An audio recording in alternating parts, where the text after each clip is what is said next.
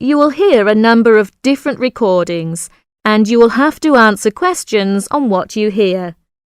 There will be time for you to read the instructions and questions, and you will have a chance to check your work.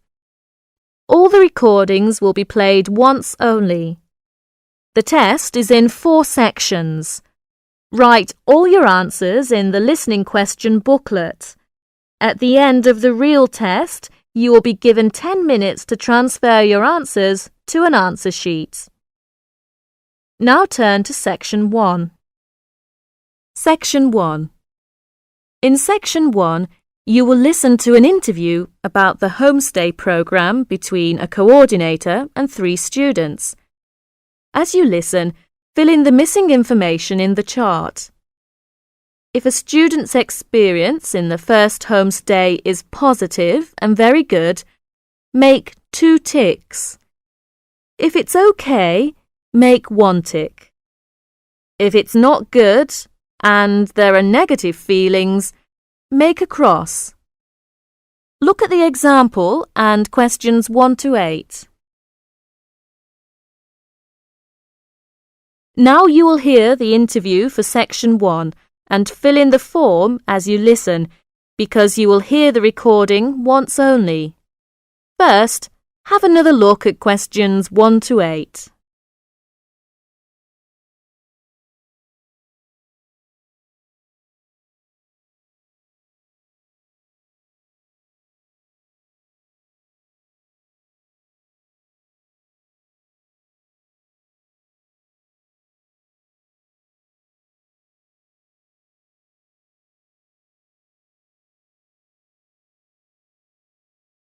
Now you will hear the interview. Listen carefully and fill in the form. Hi, Fumi. Come in. How are things? Okay. Hi, Linda and Ali. How are you? Fine, thanks. Well, as I explained on the telephone, I'm a coordinator of the homestay program here at the Student Services section of the university, and I'm doing a survey on host families to help me draw up a guide for new students. So I'd be grateful if you could tell me about your own experience on the homestay program. Right. Good idea. Now, Fumi, let's start with you, okay? How long have you been staying with your host family? It's about 3 months now since I came from Japan. What do you like about your host family? Oh, they're very nice to me and give me freedom to do what I want. I feel quite safe there, just like at home. Do you like the food there? Yes, I love Canadian food. I always want to try new things. It sounds good. Is your experience a positive one for the homestay program? Yes, I think this homestay program is very good, and it really provides an opportunity for cultural exchange between Canadians and international students. Thank you, Fumi. We'll come back to you in a minute. Linda, I'd like to ask you some questions. You have been here for about 1.5 years, is that right? Actually, it's about 2 years since I left Beijing in 2003. What do you think about the program? The homestay program? The program itself is quite good, but it really depends on the individual host family. My first host family was quite a nice family, especially the first 2 weeks. They took me to the bank, shopping center. It did many things for me, but I had a problem later. What was the problem? My biggest problem was the food. It was awful. They provided me with sandwiches for breakfast and lunch, and they liked to eat raw vegetables and not fully cooked meat for supper. I was not used to their food, and sometimes I felt sick. I had stomach problems for quite a long time. I see. I'm sorry to hear that. So, after 3 months, I moved out, and now I live with 2 other students in a student house. Well, Linda, if the food was changed to what you like, would you stay in that family? Sure, I would. I see. What about you, Ali? You come from Japan? No, I come from Korea. I'm sorry. Ali, how long have you been in Canada? About 8 months. Do you enjoy staying here? Yes, It's a nice place and a very good college. What do you think about the homestay program? I quite agree with Linda. The program is good. The host family is different, and if you're lucky, you may get a good one. But the first one I stayed with was really terrible. Oh, I'm sorry to hear that. Could you tell me a little more about it? Yes, my first host parents seemed very busy. They usually came back home at about 10 in the evening, so I would be hungry until they came back. Did they leave some food for you when they came back late? No, never. They didn't. They didn't allow me to cook in the kitchen, which was a house rule. That's odd. What about your room? Was it comfortable? No, it wasn't. I'd say it was awful. Their dogs often slept in my bed. I complained quite a bit about the dogs, but they weren't sorry that the dogs were in my room because my room used to be their dog's room. I'm very sorry to hear that.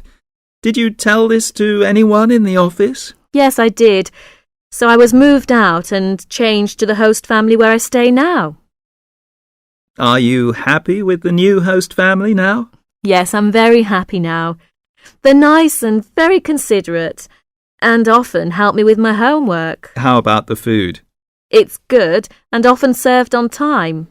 Good for you. Thank you very much.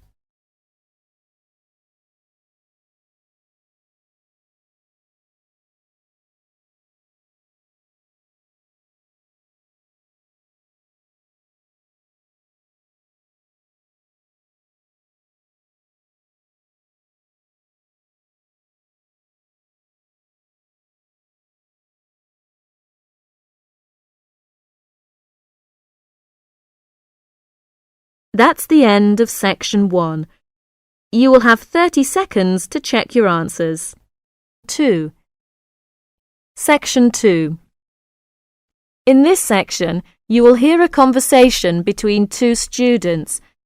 As you listen to the conversation, fill in the gaps numbered 9 to 15 and answer questions 16 to 20 by writing a T if the information is true, an F if the information is false, and an N if the information is not given. First, look at questions 9 to 20.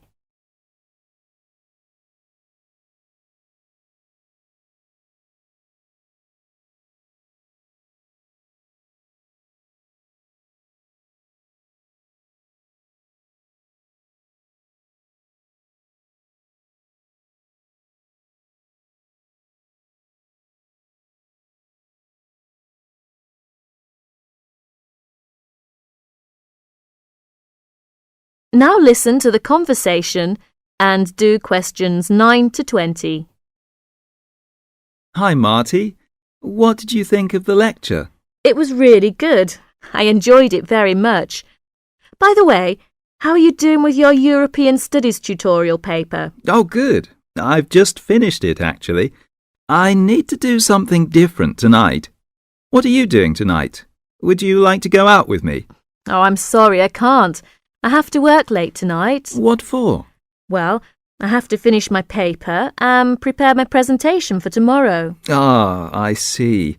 What's your presentation topic? Well, after some consideration, I decided to talk about Napoleon. Oh, that's an interesting topic. Napoleon is one of my favourite characters too. Have you got time for a cup of coffee? Can you tell me about it as a sort of practice? That would be great. Now, tell me about Napoleon. I know he used to be a French soldier, and very quickly he became Emperor of France. Do you know when he was born? Yes. He was born in 1769 on the island of Corsica, and when he was only 10 years old, his father sent him to a military school in France. Was he a brilliant student at school? No, he wasn't, but he excelled in mathematics and military science. And then, when he was 16 years old, he joined the French army. Oh, I didn't know he joined the army that young. His military career brought him fame, power and riches, but finally defeat. Napoleon became a general in the French army at the age of 24. Several years later, he became Emperor of the French Empire. Do you know when he became an emperor? Yes, On May the 18th, 1804, he became Emperor of France, and the coronation ceremony was held at Notre Dame on the 2nd of December. He was only 35 that year. He was really many things, but he was, first of all, a brilliant military leader. His soldiers were ready to die for him. Yes, he was really short, too. Of course, Napoleon had so many military victories, so his size wasn't an issue. You're right. At one time, he controlled most of Europe. Yes, but at that time many countries, including England, Russia and Austria, fought fiercely against Napoleon. Right. His defeat came when he decided to attack Russia. In this military campaign in Russia, he lost most of his army. Shortly after his defeat, his abdication followed at Waterloo, and then he tried to escape to America, but he failed. He finally surrendered to the British government, and then they exiled him to St. Helena Island. I know his last years were spent there with a few chosen comrades. Do you know how old he was when he died? He lived there until he died. He died in 1821 when he was only 51 years old. He died alone, deserted by his family and his friends. Well, that's a pretty sad way to end one's life. Well, Marty, I'm sure your presentation will be really good. You know, you could also give the chronological order of his life, and this may help your classmates to follow your presentation. Yes, that's a good suggestion. Thank you, Tom. You're welcome. I have to go now. I have another lecture to attend. Good luck. Thank you. You've been really great help. I'm sorry that I can't come out with you this evening, but have a nice time. Bye. Bye.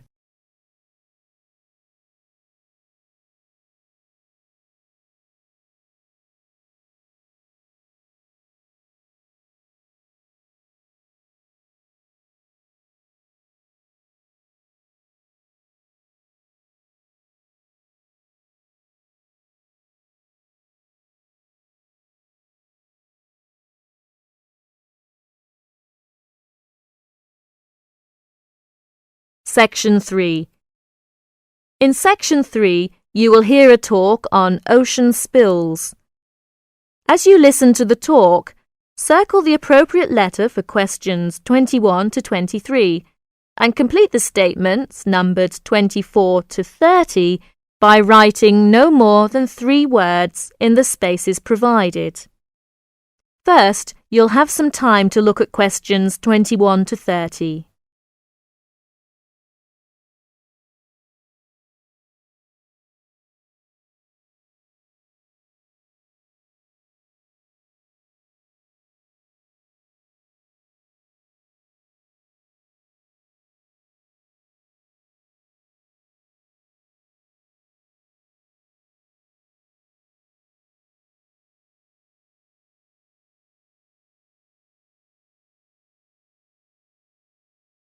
Now listen to the talk and do questions 21 to 30.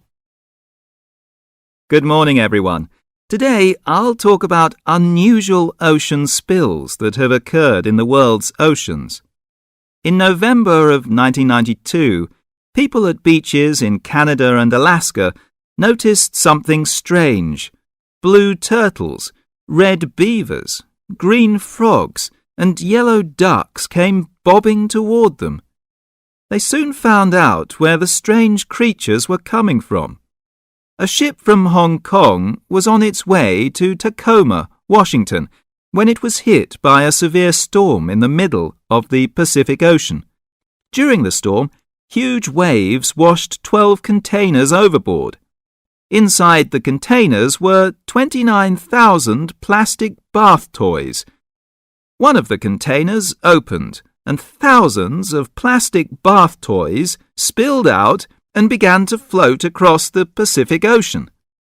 10 months later, the first yellow ducks arrived on the North American shore. Beachcombers along the shore began to find the toys and reported them to local newspapers. But the people who were most excited by the plastic toys were the oceanographers. It gave them an opportunity to study ocean currents and winds. Oceanographers drop bottles into the ocean to study these things, but it would be too expensive to drop 29,000 bottles into the ocean at once. Imagine the value of studying the plastic ducks and frogs. This gave some interesting information to the oceanographers. The first toys were picked up in Sitka, Alaska, 10 months after they were washed off the ship. Some headed back into the North Pacific, while others drifted around the Arctic Ocean and headed for the North Atlantic. Many of the toys were swept northeast by the wind and were frozen in the ice of the Bering Sea. They're expected to cross the North Pole and float on down to the British Isles. This reminds me of another unusual ocean spill. In 1990, a ship travelling to the west coast of the United States from Korea was caught in a severe storm. The waves swept 21 containers of Nike shoes into the water.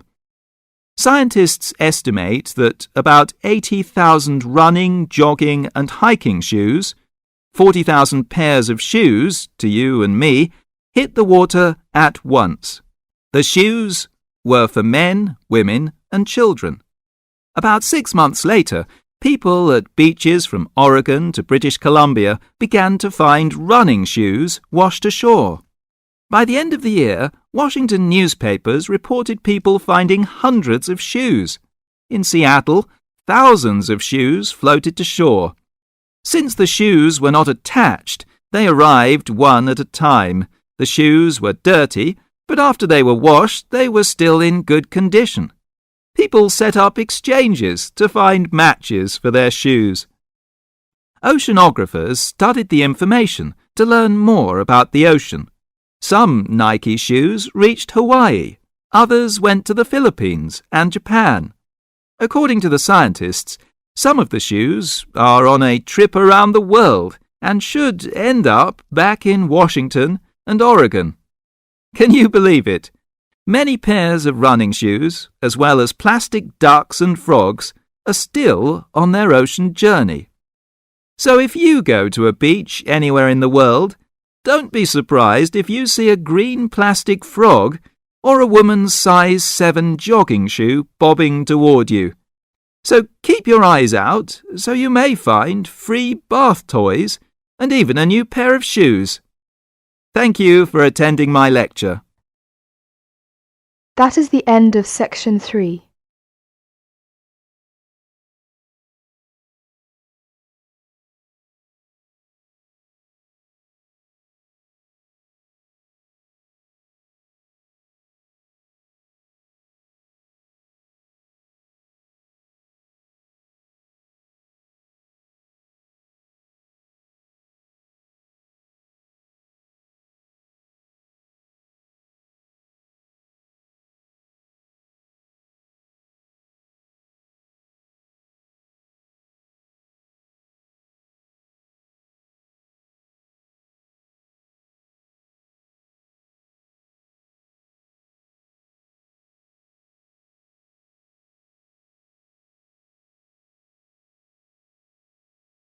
Now turn to section 4. Section 4. In this section, you will hear a talk about chocolate. As you listen, complete the notes below by writing no more than 3 words in the spaces numbered 31 to 38 and circle the appropriate letter for questions 39 to 40. First, you will have 30 seconds to look at this section.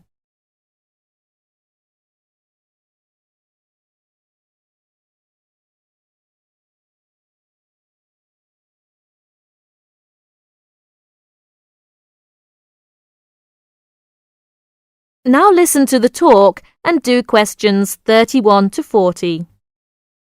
Good morning, everyone. Today my talk is going to be about chocolate. I'm going to talk a little bit about the history of chocolate, but first I'm going to tell you a story about Julia Proctor. She eats her favourite food. She feels guilty. She knows that chocolate has a lot of fat and sugar, But Julia says she is addicted to chocolate, and once she starts eating it, she can't stop. Julia isn't the only one who is addicted to chocolate. It is a favourite food for people all over the world, and in a survey of 16 different countries, people preferred chocolate to ice cream, cakes and cookies. In the United States, chocolate is a $10 billion industry. For Valentine's Day, for example, people spend over $400 million on chocolate. The idea of eating chocolate didn't begin until the 19th century. Before that, people drank chocolate. The custom began in Central America, where the Aztecs drank bowls of chocolate to stay alert. When the liquid chocolate was brought to Spain in the 1500s, people thought it was medicine because it tasted bitter like other medicines. In fact, the people who made chocolate into drinks were either druggists or doctors. Then people discovered that mixing chocolate with sugar made a wonderful drink. King Ferdinand of Spain loved this drink so much that he put out an order. Anyone who talked about chocolate outside the court would be killed. So, for about 100 years, chocolate was a secret in Spain. But finally, people found out about chocolate, and it became a popular drink throughout Europe.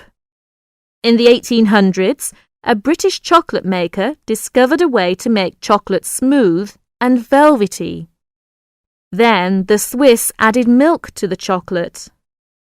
Today, most Americans prefer milk chocolate, while most Europeans prefer dark chocolate. Now research shows that chocolate is actually good for us because chocolate has a variety of vitamins and minerals, and it has more than 300 different chemicals. One chemical works on the part of the brain that feels pleasure. People who feel good when they eat chocolate are actually healthier because feeling pleasure is important for health and can protect against illness. Good chocolate doesn't have much fat or sugar. You can enjoy it if you eat a little at a time. So, thinking about Julia Proctor, who I mentioned at the beginning, if you just eat a little at a time, that isn't a big problem. That's the end of my talk on chocolate. That's the end of section 4. You will have 30 seconds to check your answers.